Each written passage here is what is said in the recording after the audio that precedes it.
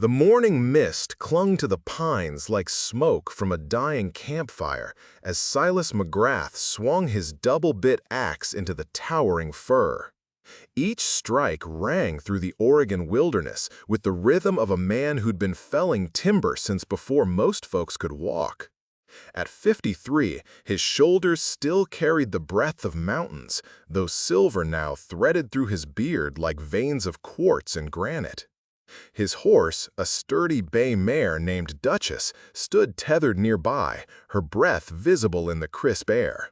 She was more than transportation. She was his partner in these remote hills, hauling logs down treacherous slopes where a man alone would be helpless. Silas had raised her from a foal, trading 3 months' wages to a rancher in the Dalles for the privilege. The tree groaned, then crashed earthward with a sound like thunder rolling through the valley. Silas straightened, wiping sweat from his brow despite the autumn chill, when he heard something that made his blood run cold, a woman's desperate cry echoing through the forest. "Help! Someone, please help us!" He grabbed his rifle and untied Duchess, following the voice through a maze of Douglas firs until he reached a small clearing where a covered wagon sat listing to one side, its rear wheel shattered against a boulder. A woman knelt beside the wagon, her face streaked with tears and dust, cradling a small boy who couldn't have been more than 8 years old. "Ma'am, what's happened here?" Silas called out, approaching slowly with his hands visible. The woman looked up, her eyes wild with panic. "It's my boy, Tommy. He's burning up with fever, and we're still 2 days from Oregon City. Our wheel broke, and my husband—" She gestured helplessly toward a man lying motionless beside the wagon, a pool of blood darkening the earth beneath his head. Silas knelt beside the fallen man, checking for signs of life, but found none. The poor soul had likely struck his head on the rocks when the wagon overturned. The woman, she couldn't have been more than 25, was now alone in the wilderness with a dying child. "Name's Silas McGrath, ma'am. I'm gonna help you best I can." He moved to examine the boy, whose skin burned like a forge and whose breathing came in shallow gasps. What's the child's ailment? "Started 3 days ago with chills and fever. He ain't kept food down since yesterday, and now he's talking out of his head." Fresh tears spilled down her cheeks. "I'm Sarah Hartwell, and this is Tommy. We came from Missouri looking for a new start. My husband promised we'd have a farm by winter." Silas' jaw tightened. He'd seen this fever before. Consumption mixed with something worse, maybe pneumonia. Without proper medicine, the boy wouldn't last another day. The nearest doctor was Dr. Matthias Brennan in Oregon City, but even if they could get there, the old sawbones charged more for his remedies than most folks saw in a year. "Ma'am, I'm gonna speak plain. Your boy needs medicine, and he needs it fast. There's a doctor in Oregon City who might have what'll help, but it'll cost dear." Sarah's face crumpled. "We spent everything we had just getting this far. All we got left is what's in that wagon, some clothes, tools, a few coins that wouldn't buy a decent meal." Silas looked at Duchess, then back at the dying child. In his mind's eye, he saw every dawn ride through these mountains, every log hauled down impossible slopes, every winter night when the mare's warmth had kept him from freezing. She was his livelihood, his companion, his ticket to continuing the only work he'd ever known. But looking at Tommy's fevered face, he saw something else entirely. His own boy, Jacob, who died of similar symptoms 15 years ago in a cabin not 20 miles from here. His wife had followed Jacob into the ground 6 months later, and Silas had been alone ever since, talking to trees and horses because human company cut too deep. "He'll make you a bargain, Mrs. Hartwell," he said quietly. "I'll take you and the boy to Oregon City on my horse. We can make it by nightfall if we ride hard, but I can't promise the doc will treat the boy without payment up front. I told you we ain't got. I know what you told me." Silas stood, his decision crystallizing like ice on a winter morning. But I got something that might interest old Brennan. Question is, are you willing to trust a stranger with your boy's life?" Sarah looked down at Tommy, whose lips had begun turning blue around the edges. "Mister, if you can save my son, I'll trust you with anything." Silas nodded grimly and began fashioning a travois from branches and rope. They secured Tommy as gently as possible, though the boy barely stirred, lost in fever dreams. Sarah climbed up behind Silas on Dutch's back, her arms wrapped around his waist as they began the treacherous journey down the mountain. The ride was a nightmare of switchback trails and loose shale, with Duchess straining under the triple load. Every few minutes, Silas called back to check on Tommy, his heart sinking each time Sarah reported that the boy seemed weaker. The sun tracked across the sky like a judge's gavel, marking time they couldn't afford to lose. They reached Oregon City as the first lamps were being lit in windows, the settlement sprawling along the Willamette River like a collection of children's blocks. Silas guided Duchess straight to Dr. Brennan's house, a two-story affair that served as both clinic and residence for the territory's most respected physician. The door opened before they could knock, revealing a tall, silver-haired man in his 60s wearing a stern expression and wire-rimmed spectacles. "Silas McGrath, I haven't seen you in town for nigh on 2 years." "Doc," he stopped mid-sentence, noticing the unconscious child. "Doc, this boy's dying. Fever, chills, can't keep food down. His pa's dead, and his ma's got no money for treatment." Dr. Brennan's face softened as he examined Tommy with practiced hands. "Pneumonia, complicated by what looks like scarlet fever. The boy needs immediate attention and expensive medicine. Laudanum for the pain, quinine for the fever, and a specialized tonic I order from San Francisco. All told, it'll run $25 for treatment and medicine." Sarah gasped. $25? That's more money than we've seen in our whole lives.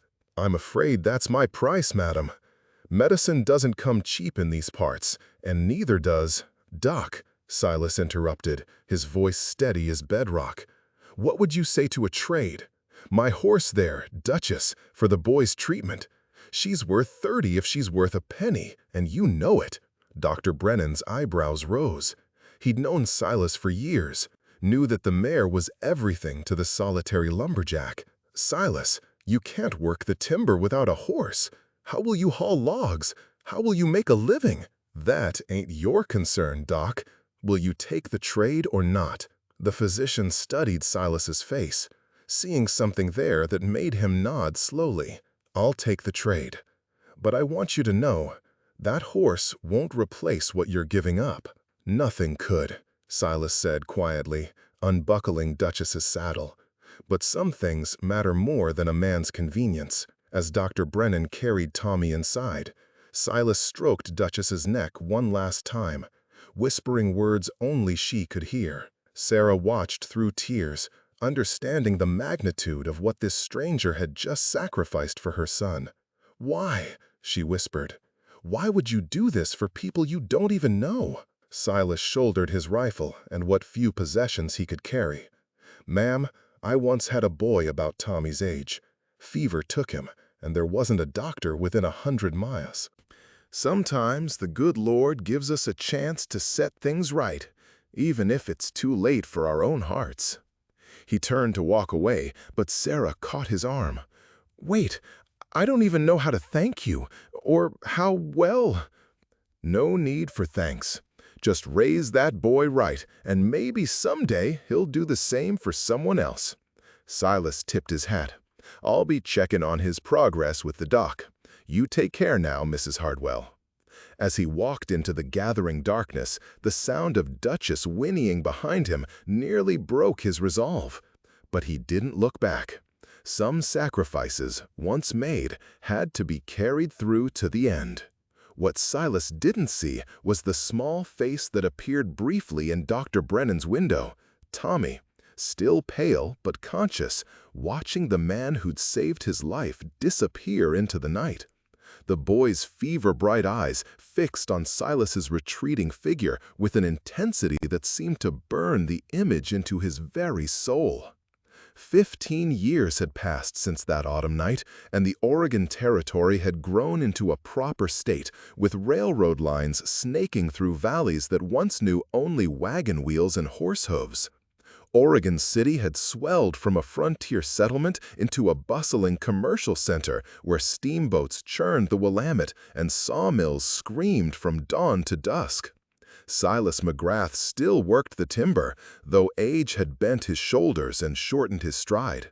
Without Duchess, he'd been forced to take work closer to town, joining crews that used oxen and steam-powered equipment to harvest the endless forests. The pay was steady but meager, and most nights found him in a boarding house room barely large enough for a cot and wash basin. On this particular October morning, he sat in Murphy's saloon, nursing a cup of coffee that had gone cold an hour ago, watching raindrops streak the grimy windows. The establishment wasn't much. Rough tables, sawdust floors, and a clientele that ranged from loggers to drifters. But it was warm and asked no questions about a man's circumstances. Silas McGrath? The voice came from behind him, cultured and confident in a way that didn't belong in Murphy's. Silas turned to see a young man in his early 20s, well-dressed in a dark suit and string tie, with intelligent brown eyes and carefully groomed hair. There was something familiar about the face, though Silas couldn't place it. "That'd be me. Do I know you, son?" The young man smiled, and suddenly Silas saw it. The same face that had peered from Dr. Brennan's window all those years ago, though filled out now with the strength of manhood. "My name is Thomas Hartwell, though I went by Tommy when we first met. You saved my life when I was 8 years old." Silas's coffee cup rattled against the table as he set it down.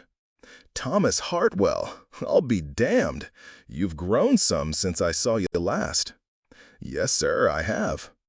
Thomas pulled up a chair, his movements carrying the easy confidence of success. "I've been looking for you for 3 years, Mr. McGrath. Took considerable effort to track you down." "Looking for me? What in tarnation for?" Thomas leaned forward, his expression serious. "To repay a debt. You gave up everything to save my life, your horse, your livelihood, your whole way of working. My mother told me the story 100 times growing up, made sure I understood what you'd sacrificed for a stranger's child." "Your ma, how is Mrs. Hartwell?" "She remarried 2 years after we came to Oregon City. A good man named Peterson who owns a feed store. She's well and happy with 3 more children. But she never forgot what you did, and neither did I." Thomas paused, studying Silas' weathered face. "She also made me promise that when I was old enough and successful enough, I'd find you and set things right." Silas shifted uncomfortably. "Son, I appreciate the sentiment, but what's done is done. No debt needs settling." "I respectfully disagree, sir." Thomas reached into his jacket and withdrew a leather portfolio. "Let me tell you what's happened since that night. After you saved me, Dr. Brennan not only cured my fever, but took an interest in my education. Turns out he'd been looking for a bright boy to help around his practice and maybe train as his successor. Old Brennan took you on?" "He did indeed. Taught me to read and write properly, then sent me back east for medical school. I graduated from Harvard Medical College 2 years ago and returned to establish my own practice." Thomas's eyes gleamed with pride and something else, determination. "I'm now Dr. Thomas Hartwell, and I specialize in treating the very diseases that nearly killed me." Silas felt a warmth spread through his chest that had nothing to do with the coffee. "Well, I'll be jiggered, a real doctor. Your ma must be proud as punch." "She is, but that's not why I'm here." Thomas opened the portfolio and withdrew several official-looking documents. "I'm here because a successful physician needs reliable transportation, especially one who makes house calls throughout the territory. I've purchased some land outside town, 200 acres of prime timber and pasture, and I need someone to manage it properly." "Manage it? Son, I'm a lumberjack, not a—" "You're exactly what I need," Thomas interrupted. "Someone who knows timber, who understands the land, who can oversee selective harvesting while maintaining the property's value. The job comes with a foreman's house, full salary, and," he paused dramatically, "a stable of horses to choose from." Silas stared at the young man, barely able to process what he was hearing. "You're offering me work? A place to live?" "I'm offering you a partnership, Mr. McGrath. The land will be yours to manage as you see fit, with a percentage of all profits from timber sales. But there's more." Thomas reached into another pocket and withdrew a familiar leather bridle, worn smooth by years of use. "Do you recognize this?" Silas' hands trembled as he reached for the bridle. That's Duchess's tack. How did you—" "Dr. Brennan kept her until he died 3 years ago. She's 20 now, too old for hard work, but still sound.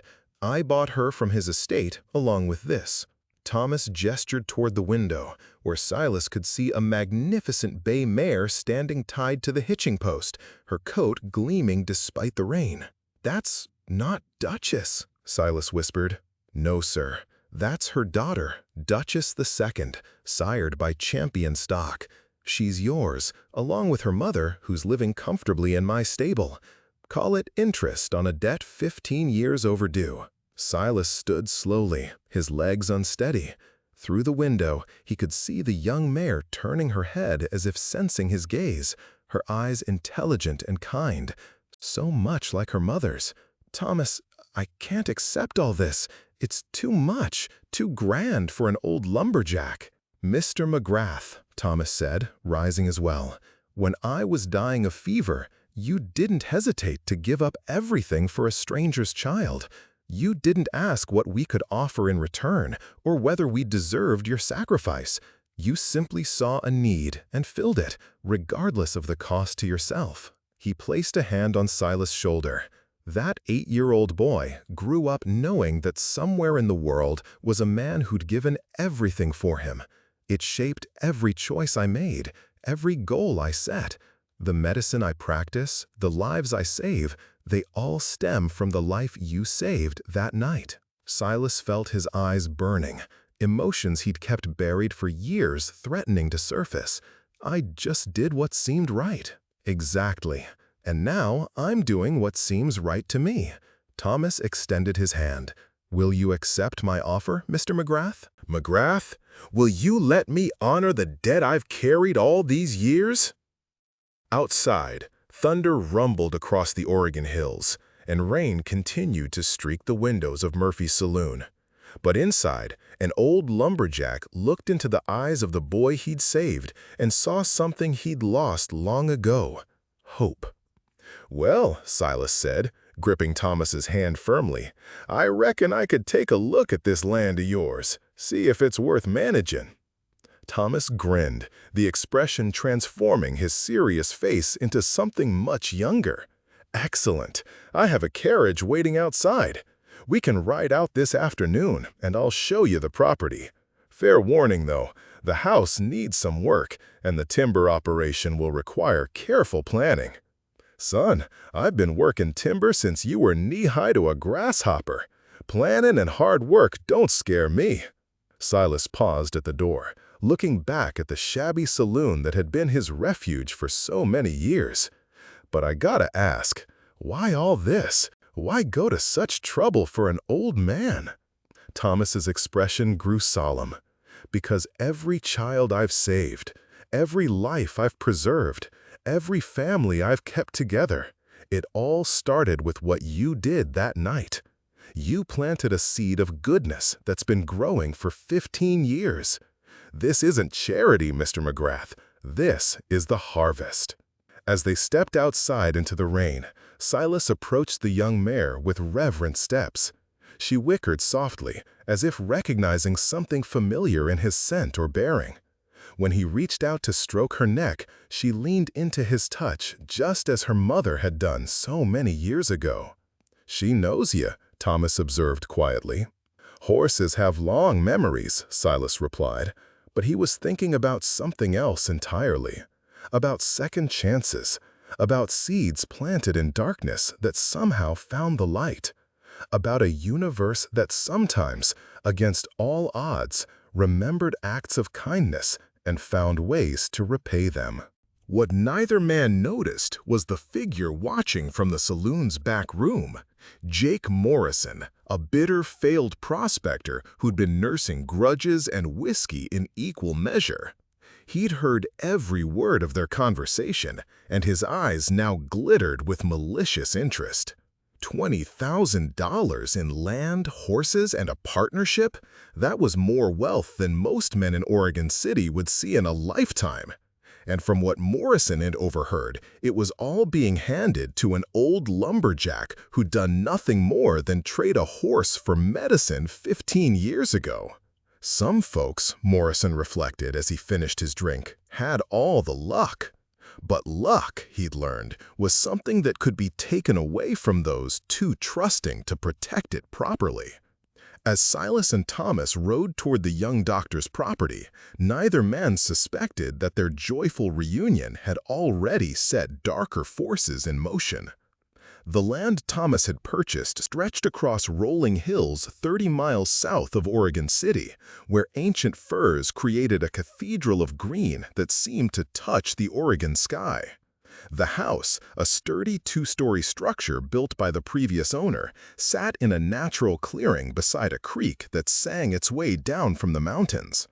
To Silas, who'd spent years in cramped boarding house rooms, it looked like a palace.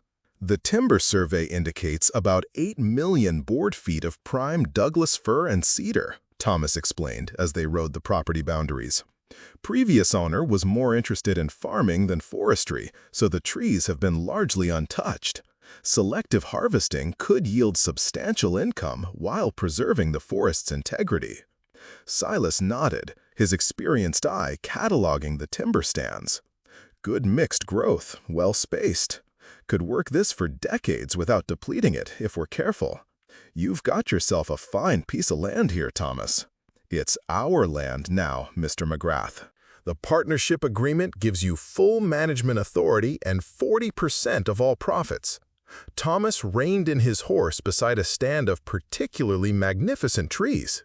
I know it seems like a large percentage, but it's too much, Silas interrupted. I never expected anything close to. A rifle shot cracked through the forest, and Thomas's hat flew from his head. Both men immediately spurred their horses toward the cover of the large trees as more shots peppered the ground around them. "This is Jake Morrison," a voice called from the timber. "I know you can hear me, old man. That fancy doctor friend of yours picked the wrong day to show off his wealth." Silas cursed under his breath. He knew Morrison by reputation, a failed miner turned drifter who blamed everyone but himself for his misfortunes. "How many men you figure he's got with him?" "From the sound of it, at least 3, maybe 4, Thomas replied, checking his pistol. "What does he want?" "Money, horses, maybe both. Morrison's the type who figures the world owes him a living." Another shot splintered bark inches from Silas' head. "Son, can you ride?" "Well enough. Why?" "Because you're getting out of here. This ain't your fight, and—" "Mr. McGrath," Thomas said firmly, "with respect, you're wrong. This became my fight the moment someone threatened you. I didn't spend 15 years tracking you down just to run away when trouble starts." Despite their dire circumstances, Silas felt a surge of pride. The boy had grown into a man of backbone. "All right then, but we do this smart. Morrison's got us pinned down, but he's also impatient. Men like him don't like waiting around for opportunities. They want quick scores." As if summoned by Silas' words, Morrison's voice rang out again. "I know you can hear me. I want them horses and whatever money you're carrying, and I want it now. You got 1 minute to come out with your hands showing, or we start shooting in earnest." "Counter-proposal, Morrison," Silas called back. "You and your boys ride on out of here, and, well, pretend this never happened." The answer came in the form of concentrated gunfire that shredded leaves and bark around their position. Thomas counted at least 5 different weapons. "More than we thought," he muttered. Silas was studying the terrain, his mind working like a man who'd spent decades navigating dangerous situations. "There's a game trail about 50 yards behind us that leads up to higher ground. If we can reach it, we'd have them at a disadvantage." "That's a lot of open ground to cover." "It is, but I got an idea that might even the odds some." Silas reached into his saddlebags and withdrew something that made Thomas's eyes widen. A stick of dynamite left over from his logging days. "Sometimes you gotta clear deadfall to get at the good timber." "You're going to use dynamite against them?" "Not against them, near them. Create enough noise and confusion to give us a chance to move." Silas began preparing the explosive with practiced hands. "When I light this and throw it, you count to 3, then ride hard for that trail. Don't look back, don't hesitate. Can you do it?" Thomas nodded, though his face was pale. "What about you?" "I'll be right behind you, son. Trust me." Morrison's voice came again, closer now. "Time's up, old man. Boys, let's go collect our payment." Silas struck a match, lit the fuse, and hurled the dynamite toward the sound of approaching footsteps. "Now, Thomas, ride!" The explosion shattered the forest calm, sending men diving for cover and horses rearing in terror. In the confusion, Silas and Thomas spurred their mounts toward the game trail, bullets whistling around them as Morrison's gang recovered from the shock. They reached the trail just as organized pursuit began, their horses struggling up the narrow, winding path between towering trees. Behind them, angry voices and crashing underbrush marked their pursuers. "There!" Thomas pointed ahead to where the trail opened onto a rocky outcrop that commanded a view of the entire area.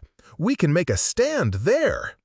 They reached the overlook with minutes to spare, dismounting and taking positions behind the natural rock fortifications. From here, they could see Morrison and 4 other men working their way up the trail, moving more cautiously now, but still determined. "Morrison," Silas called down, "you're making a mistake. Turn back now and nobody else has to get hurt." "The only mistake was not shooting you both straight off," Morrison replied. "You got something that should belong to working men, not charity cases and soft-handed doctors." Thomas had been quiet during the exchange, but now he spoke with the authority of a man accustomed to making life-and-death decisions. "Mr. Morrison, I'm Dr. Thomas Hartwell. If you and your men are injured, I'm bound by oath to treat you. This doesn't have to end in bloodshed." Morrison's laugh was harsh and bitter. "Doctor, is it? Even better. Doctors carry good money, and they're worth plenty for ransom." The attack came from 3 directions simultaneously, a coordinated assault that spoke of military experience among Morrison's men. But Silas had fought Indians and claim jumpers in his younger days, and Thomas, despite his profession, proved to be a capable marksman. The battle was fierce but brief. When the smoke cleared, 2 of Morrison's men lay wounded. One had fled entirely, and Morrison himself stood with his hands raised, blood streaming from a shoulder wound. "I yield," he called out. "Don't shoot. I'm done." Silas and Thomas approached cautiously, weapons ready. Up close, Morrison looked smaller and more pathetic than his voice had suggested, a man worn down by failure and resentment. "Why?" Thomas asked as he began tending Morrison's wound with supplies from his medical bag. "Why attack us? We'd never done anything to you." Morrison winced as Thomas cleaned the bullet graze. "Because it ain't fair, that's why. Some folks get handed everything on a silver platter, while others work their whole lives for nothing. You give this old codger land and horses and money just for trading a horse 15 years ago? Where's the justice in that?" "The justice," Silas said quietly, "is in what a man does with what he's given. Thomas here became a doctor, saves lives every day. What have you done with your opportunities?" Morrison had no answer for that. 3 hours later, the sheriff and his deputies arrived from Oregon City, summoned by the sound of gunfire. Morrison and his surviving accomplices were loaded into a wagon for transport to jail, while Thomas finished treating their wounds. "You could have left them to suffer," Silas observed as they watched the wagon depart. "That's not who I am, Mr. McGrath. You saved my life once, but you also showed me something about the kind of man I wanted to become. A man who helps others, regardless of circumstances." As evening fell over their new partnership, Silas and Thomas sat on the porch of the house that would now be Silas's home. Duchess II grazed peacefully in the pasture nearby, while her mother dozed in the stable, finally at rest after a long life of faithful service. "I still can't quite believe it's real," Silas admitted, watching the sunset paint the mountains gold and crimson.